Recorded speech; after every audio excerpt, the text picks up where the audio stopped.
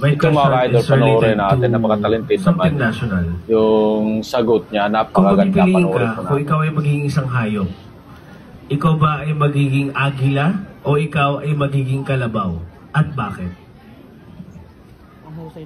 That is a very interesting question. Indeed, ladies and gentlemen, 127 years ago, our flag was first raised by our ancient people of the Filipinos. It symbolizes our independence as a country.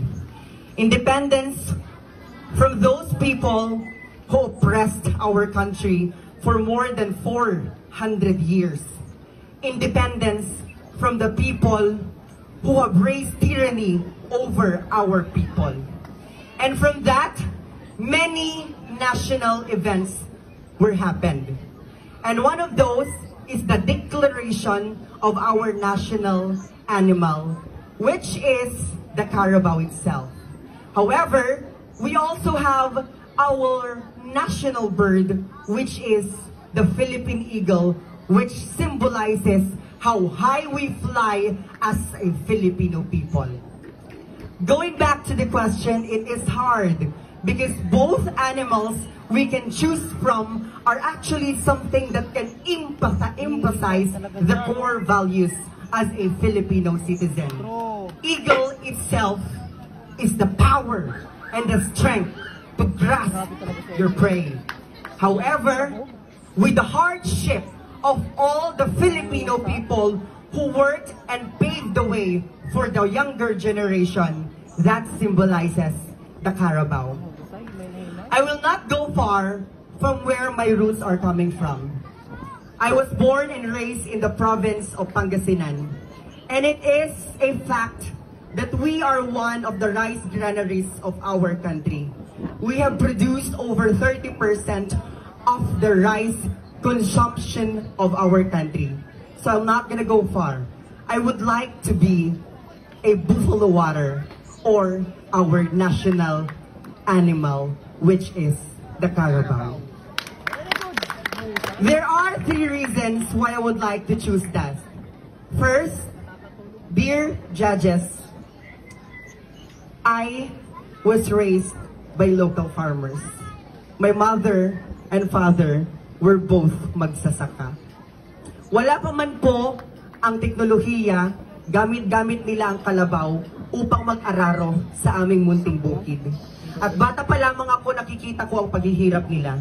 Naniniwala ako na maihahambing natin ang buhay ng bawat simpleng mamamayang Pilipinong tulad ko sa isang kalabaw dahil ito ang sumasagisag ng tatag natin na hindi tayo madadapa sa putikan anumang hirap ng ating pagdadaanan.